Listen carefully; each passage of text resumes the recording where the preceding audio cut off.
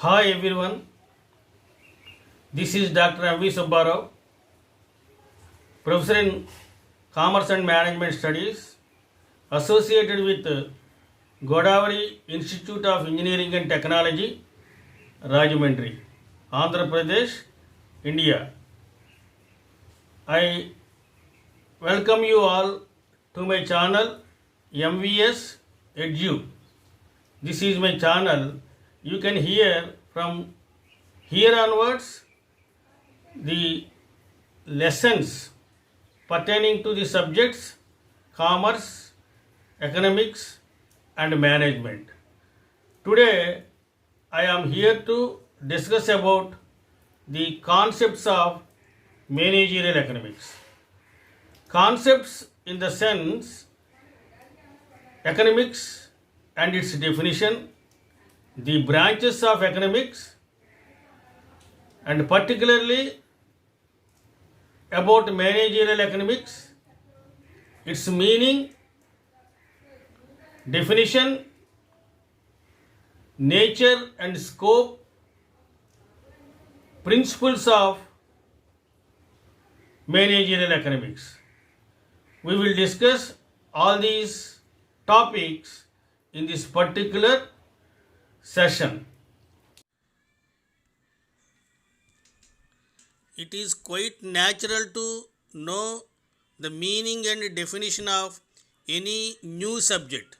Since economics is a new subject for us all, first of all, we will see now the definitions of economics. There are three important definitions given by three well-known economists. First, we have here Adam Smith. Adam Smith is the father of economics. He being the father of economics, he defined economics as the science of wealth. According to this definition, economics is a science of the study of wealth only. Secondly, we have definition of welfare. This particular definition was given by Alfred Marshall. As per Marshall, economics is the study of man in the ordinary business of life. Third definition, it was given by Lionel Robbins. Almost 80 years ago, Robbins proposed a highly influential definition of the subject matter of the economics. According to Robbins, the definition is the allocation of scarce means that have alternative ends. There are some principles of managerial economics. All these principles are divided into three categories mainly. First one, principles of how people make decisions, and second one, principles of how people get interacted, and thirdly we have principles of how economy works as a whole. And now we will see the first one, principles of how people make decisions. Under this, so many points are coming. How the people face trade-offs and how the people will get expended the opportunity cost, and how rational people think at the margin, and how people respond to incentives. And in second point, principles of how people will get interacted. In this, trade can make everyone better off. Markets are usually a good way to organize economic activity, and governments can sometimes improve market outcomes. And in the third principle, principles of how economy works as a whole. In these points are coming. A country's standard of living depends on its ability to produce goods and services, and prices rise when the government prints too much of money, and society faces a short run trade off between inflation and unemployment. The managerial economics, on the other hand, it deals about the problems in decision making. Managerial economics, in fact, is nothing but application of management tools and techniques in the business for avoiding the problems which will come to the business people in taking the decisions. So here the managerial economics, while helping the business people in their business for its development, it will give its tools and techniques to the people for taking decisions rationally without having any problem. Role and responsibilities of a managerial economist. A managerial economist helps the management by using his analytical skills and highly developed techniques in solving complex issues of successful decision making and future advanced planning. As a part of role and responsibilities of managerial economist, he usually do the following things in the organization. He studies the business environment completely for making some modifications and changes, and similarly he analyzes the operations of the business. That means whether the operations of the business are going in an appropriate way or not, that he will decide. If they are not in a proper way, he will try to put all the operations in an appropriate way. And similarly, he estimates and forecasts the demand of the products of the organization.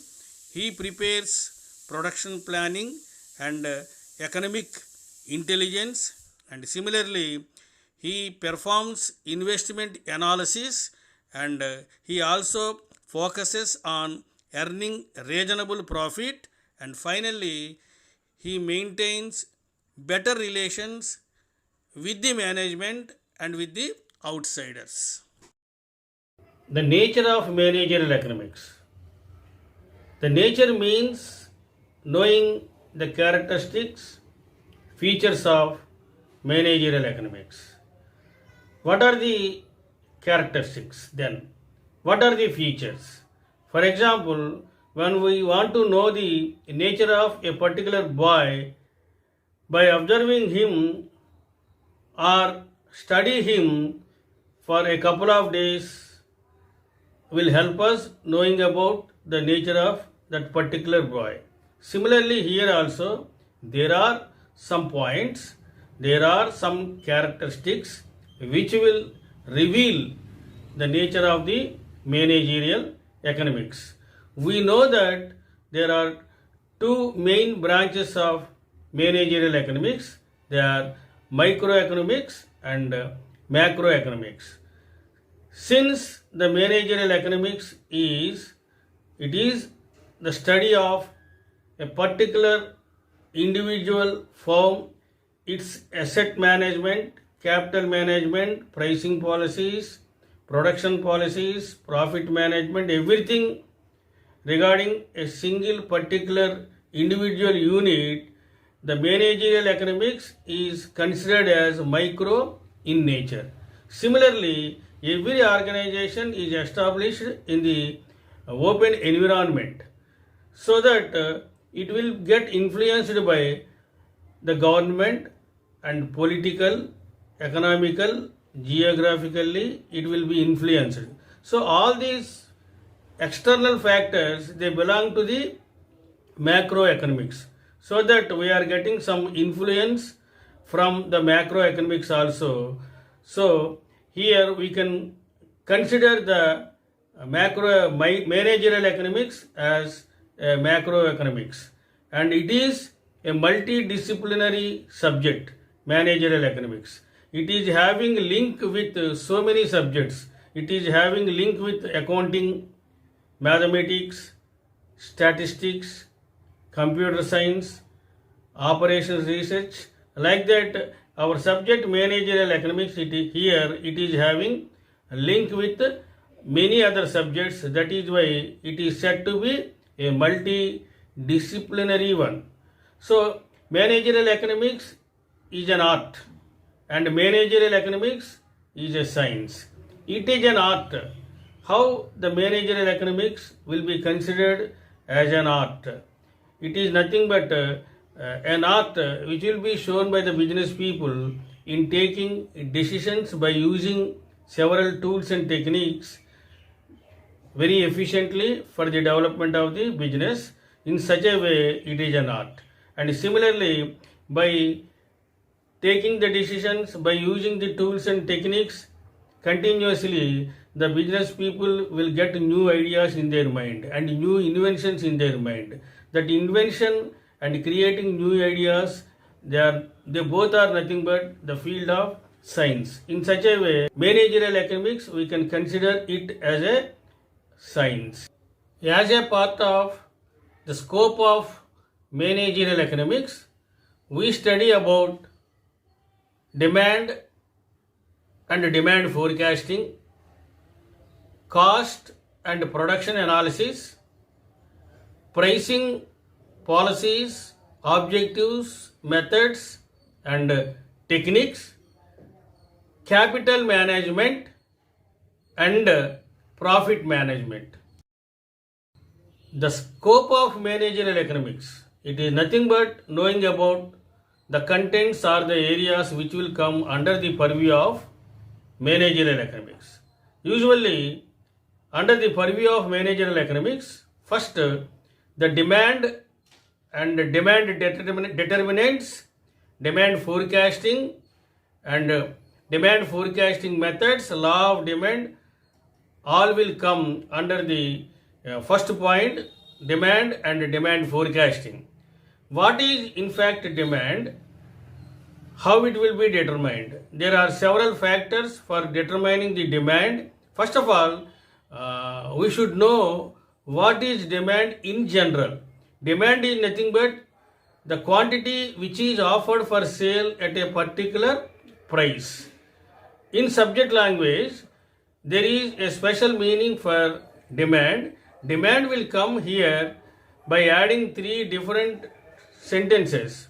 First of all, a customer should have desire to acquire plus ability to pay the price of the commodity, and finally willingness to pay to the owner of the commodity. By adding all these things, we can get the meaning of demand. And secondly, we have in the scope of managerial economics, cost and production analysis. Business will be done anywhere in two ways. One is production and sale of commodities, another one purchase and sale of commodities. If any organization engaged in production and sale of commodities, it has to calculate how cost of production we are going to meet and what is the production that is coming. He has to make calculations and he has to see the break even, and after that he has to know whether the profit is coming or not. So it's all depends upon the profit and losses of the business. If production is comfortable to them, they can go for production, or otherwise they can purchase the articles somewhere else where they are available at a cheaper rate and taking them to our area and selling the same to the consumers. And thirdly, we have pricing policies. It is mandatory for a businessman to fix a price to the newly launched commodity. He is the man to fix the price. So there may be several policies. Among all, business people will follow different methods which are comfortable to them. So pricing policies and pricing methods are also there. Similarly, what are the objectives of the pricing and what are the strategies that we should adopt in fixing the prices. All these points will come as a third point under the head the scope of managerial economics. Next, capital management. It is very important and capital plays an important role in the business. It is the lifeblood and the nerve system of a business. So, without capital, no business and no work, and nothing will come without spending anything. So, here regarding the capital, in fact, the business people have to prepare several budgets because it is a huge amount. So, when we are investing a huge amount in a business, we should prepare plans, budgets regarding that invested capital. What amount we have to spend for purchasing raw material, and what is for purchasing machinery, and what is for acquiring land and buildings, and how much we have to keep aside to meet the day-to-day expenditure. So this is all about capital management. And finally we have profit management. After attaining the profit also, they should not expend the total profit for business and for their personal purpose. They have to keep aside certain amount out of the profit to meet the unexpected expenditures which may come in the future. So all these 5 points will come under the purview of scope of managerial economics. Factors determining demand, these are also known as demand determinants. In the list of demand determinants, price will come first. So, price plays an important role in determining the demand. Every consumer will see first the price. By satisfying with the price only, he will move forward to buy that particular product. And secondly, we have quality of the product. After observing the price, the customer will also observe the quality of the product, whether that quality is more appropriate for our price or not. He will think about the quality also. So, quality also plays an important role in determining the demand to the product. And thirdly, we have income of the consumers. So, the purchasing power of the customers mainly depends upon income what they are getting. When they are getting more income, we can expect more purchasing power with them, and vice versa. And next we have size of the population. In a particular area, when we have more number of population, we can expect demand to our products. So, the demand to the products mainly depends upon the size of the population in a particular area. And next, price of the substitutable goods. What are the substitutable goods? For coffee, tea is a substitute, and for Coca-Cola, thumbs up is the substitute. When coffee price rises, demand will go for tea, and tea price rises, then demand go to coffee. So it's all depends upon the prices of the substitutable goods. So substitutable goods prices also will play an important role in determining the demand to a particular related product. And similarly, next we have price of complementary goods. What are, first of all, complementary goods? Complementary goods are nothing but the goods whose demand depends upon the demand of other products. For example, car and petrol. When car price rises, demand to the petrol may get decreased, and vice versa. So these are complementary goods. Next we have tastes and preferences of the consumers. We cannot expect a particular customer always be as our customer. Today he may be our customer, and tomorrow he may turn to the another manufacturer's customer. It's all depends upon the taste and preferences. When taste and preferences are changed in the minds of the customer, next day he may go for other manufacturers' products. It's quite natural. Next we have advertising. So advertising also plays an important role in determining the demand to a product. When we go on giving continuously the advertisement in TV channels and print media, one day or other our product will get definitely demand.